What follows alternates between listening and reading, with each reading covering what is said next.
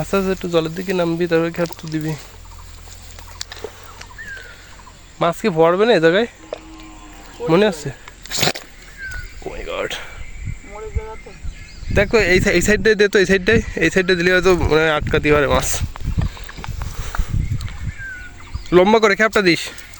ও খুব সুন্দর খ্যাপ পাইছে, মাছ নিশ্চিত বাঁধবে না, মানে কোনো ভুল নেই।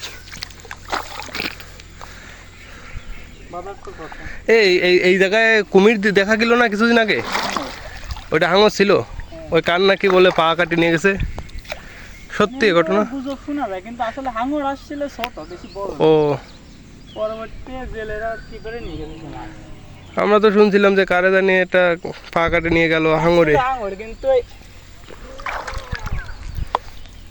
এই যে নদীতে আমরা এখন জাল খ্যাপ দিয়েছি, এই নদীতে একটা হাঙর এসেছিল একবার।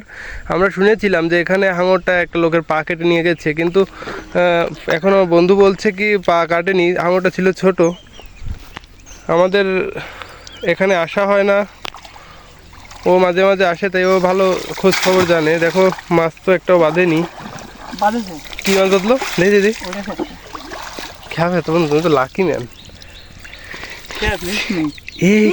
চলে যাবে চলে যাবে। এই কি মাছ বাল্লে, এ দেখো বন্ধুরা, ও দারুণ মাছ তো,